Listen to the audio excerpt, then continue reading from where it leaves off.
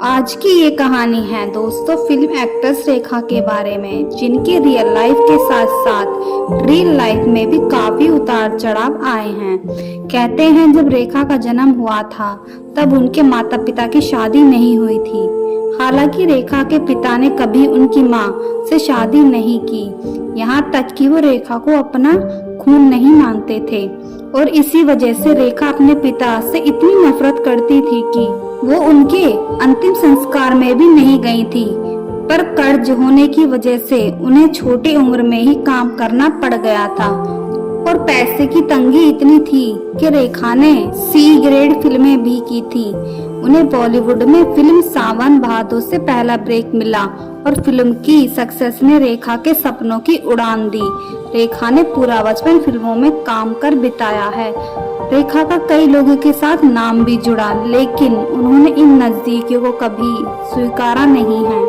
लेकिन मीडिया में अटकलों का हमेशा रेखा के अफेयर्स की सुर्खियों से गर्म रहा। एक इंटरव्यू में रेखा ने यह भी बताया है जब वह 15 साल की थी तो एक फिल्म अनजाना सफर की शूटिंग के दौरान फिल्म के को स्टार विश्वजीत चटर्जी ने उनके साथ बदसलूकी की थी। रेखा को फिल्म शूटिंग के दौरान जबरदस्ती किस कर लिया था, लेकिन अमिताभ के आने से रेखा की जिंदगी के मायने ही बदल गए और फिर शुरू हुई एक ऐसी प्रेम कहानी जो जमाने भर के लिए मिसाल बन गई। इस प्रेम कहानी में बेपनाह मोहब्बत थी, जुनून था, बेवफाई थी, खुशियां थी, दर्द था और बिछड़ना था।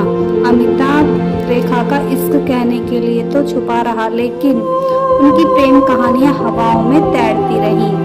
कहा तो ये भी जाता है कि रेखा चाहती थी कि अमिताभ इस रिश्ते पर बात करें, लेकिन वह खुलकर कभी नहीं बोले। एक बार तो रेखा एक पार्टी में सिंदूर और मंगलसूत्र पहनकर पहुंच गई थी और फिर तभी पार्टी में दबी जुबान में आवाज उठने लगी कि रेखा और अमिताभ ने शादी कर ली है।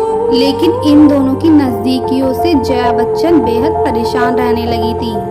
एक दिन अमिताभ की गैर मौजूदगी में जया ने रेखा को डिनर के लिए बुलाया था और फिर डिनर हो जाने के बाद जया ने रेखा से कहा, मैं आखिरी सांस तक अमिताभ का साथ नहीं छोड़ूंगी। इसके बाद रेखा को एहसास हुआ कि उनकी और अमिताभ की जोड़ी कभी नहीं बन सकती।